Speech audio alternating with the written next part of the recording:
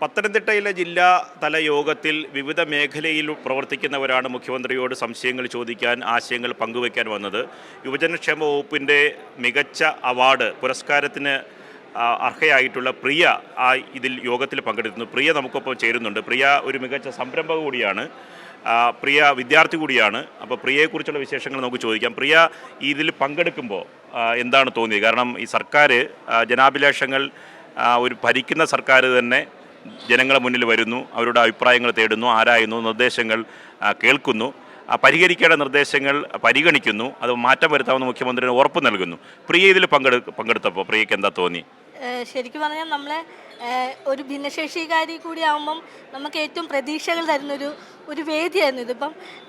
നമ്മൾ പലപ്പോഴും സർക്കാരിനെ തിരഞ്ഞെടുക്കുന്നു, പക്ഷെ സർക്കാർ നമ്മളോട് സംസാരിക്കാൻ കൂട്ടാവുന്നില്ല. പലപ്പോഴും മാധ്യമങ്ങളുടെ ചോദ്യങ്ങളെ പോലും ഭയക്കുന്ന ഒരു രാജ്യത്താണ് നമ്മൾ നിൽക്കുന്നത്. അപ്പം ആ മാധ്യമങ്ങൾക്കും ഇല്ലെങ്കിൽ ജനങ്ങൾക്കും കൂടി കൂടുതൽ ഉയർന്ന രീതിയിലേക്ക് ജീവിത നിലവാരം കൊണ്ടുവരാനും നമ്മുടെ സർക്കാർ മുന്നിട്ടിറങ്ങുന്നതാണ്. അപ്പം നമുക്ക് ഏറ്റവും പ്രതീക്ഷയാണ്. ഞാൻ യുവ സംരംഭകയാണ്, വിദ്യാർത്ഥിയാണ്, ഭിന്നശേഷിക്കാരിയാണ്. അപ്പം ആ ഒരു 3 കാറ്റഗറിയിലും എന്നെ സംബന്ധിച്ച് വലിയൊരു പ്രതീക്ഷയാണ് നൽകുന്നത്. ഈ യുവജനക്ഷേമ ബോർഡിൻ്റെ എന്ത് അവാർഡാണ് പ്രിയയ്ക്ക് ലഭിച്ചത്? ഏത് വർഷത്തെയാണ്? ഈ കഴിഞ്ഞ വർഷമാണോ? അതെ, ഈ വർഷത്തെയാണ്. അതായത് പ്രഥമ യുവ പ്രതിഭാ പുരസ്കാരമായിരുന്നു അത് ഈ വർഷത്തെ കിട്ടിയത്. യുവ സംരംഭക, പാരാ അത്ലറ്റ്, പിന്നെ സാമൂഹ്യ രാഷ്ട്രീയ ഇടപെടലുകൾ എല്ലാം കൂടി കൂട്ടിയാണ് തന്നത്. ഈ യുവജന രംഗത്ത് പ്രവർത്തിക്കുന്ന എല്ലാ പരിഗണനയും വെച്ചിട്ടാണ് അവാർഡിന് പ്രിയയെ പരിഗണിച്ചത് അല്ലേ? ഇപ്പോൾ പഠിക്കുന്നത് പ്രിയ? ഞാനിപ്പോൾ PG കഴിഞ്ഞു. മലയാള സർവകലാശാലയിൽ നിന്ന് വികസന പഠനവും തദ്ദേശ വികസനം എന്ന വിഷയത്തിലായിരുന്നു PG. അത് കഴിഞ്ഞു. ഇനി മുന്നോട്ടുള്ള പഠനത്തിനും കൂടി ഇനി പഠിക്കാനുള്ള ശ്രമത്തിലാണ്. ഒപ്പം തന്നെ പ്രിയ ഈ നിലവിൽ പഠിക്കുന്നത് എന്ത് കോഴ്സാണ് ഇപ്പോൾ കംപ്ലീറ്റ് ചെയ്ത് കഴിഞ്ഞത്? വികസന പഠനവും തദ്ദേശ വികസനം എന്ന കോഴ്സ്. അതെ, മലയാള സർവകലാശാലയാണ് പഠിച്ചത്. അതെ. അപ്പോൾ ഈ ഇത്തരം സംരംഭങ്ങൾ, ഈ തുടങ്ങിയ സംരംഭം എന്താണ്? പ്രിയ തുടങ്ങിയ സംരംഭം എന്താണ്? ഞാൻ ഈ ബോർമയാണ്, പപ്സ്, ബ്രെഡ് പോലുള്ള ബേക്കിംഗ് പ്രൊഡക്ട്സിൻ്റെ മാനുഫാക്ചറിങ് യൂണിറ്റാണ്. അപ്പോൾ എനിക്ക് ഒരു കാര്യം കൂടി പറയാമെന്ന് വെച്ചാൽ, നമ്മുടെ സ്റ്റേറ്റിൽ നിന്നും നമ്മുടെ കുട്ടികൾ ജോലിയില്ല എന്ന് പറഞ്ഞ് മറ്റ് രാജ്യങ്ങളിലേക്ക് പോവുകയാണ്. അതെ, പക്ഷേ നമുക്ക് നമ്മുടെ കേരളത്തിൽ നിന്നുകൊണ്ട് തന്നെ റിസ്ക് എടുക്കാൻ തയ്യാറാണെങ്കിൽ ഇവിടെ തന്നെ നമുക്ക് നിൽക്കാനും ഇല്ലെങ്കിൽ നമ്മുടെ ഒരു പ്രോഫിറ്റ് ഉണ്ടാക്കാനും കഴിയും. അത് നമ്മുടെ സർക്കാർ കൂടെ ഉണ്ട്. നമ്മുടെ അതിന് പഞ്ചായത്ത് തുടങ്ങിയ മറ്റ് ബാങ്കുകളെല്ലാം നമുക്ക് വില്ലിങ് ആയിരിക്കും.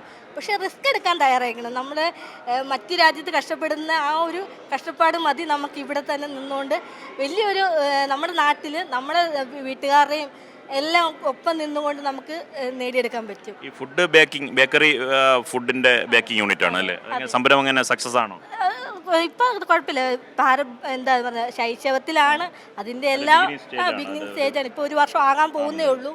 അപ്പോൾ അതിൻ്റേതായ ഉള്ള എല്ലാ ശൈശവത്തിൻ്റെ എല്ലാ അരിഷ്ടതകളും ഞങ്ങൾ നേരിടുന്നുണ്ട്. തീർച്ചയായും പ്രിയയാണ് നമ്മോട് സംസാരിച്ചത്. പ്രിയ നൽകുന്ന ഉദാഹരണം നമ്മൾ ജനങ്ങൾക്ക് മുന്നിൽ, പ്രേക്ഷകർക്ക് മുന്നിൽ വയ്ക്കാൻ കാര്യം എന്തെങ്കിലും തരത്തിലുള്ള പ്രതിസന്ധി ഉണ്ടെങ്കിൽ നമ്മളെ സംബന്ധിച്ച് പ്രത്യാശയില്ലാത്തവരായി, പ്രതീക്ഷയില്ലാത്തവരായി മാറുന്ന ഒരു ജനസമൂഹമുണ്ട്.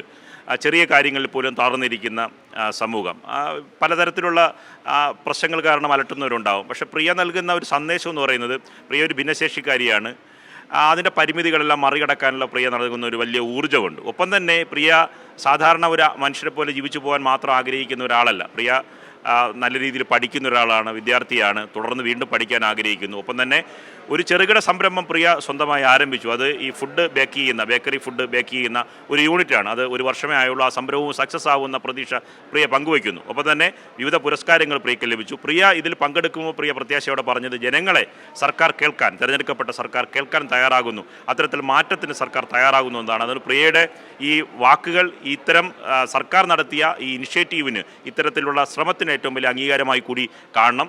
ക്യാമറമാൻ ബിച്ചു പൂവച്ചലിനൊപ്പം നിർഭൻ ചക്രവർത്തി, കൈരളി ന്യൂസ്, തിരുവനന്തപുരം.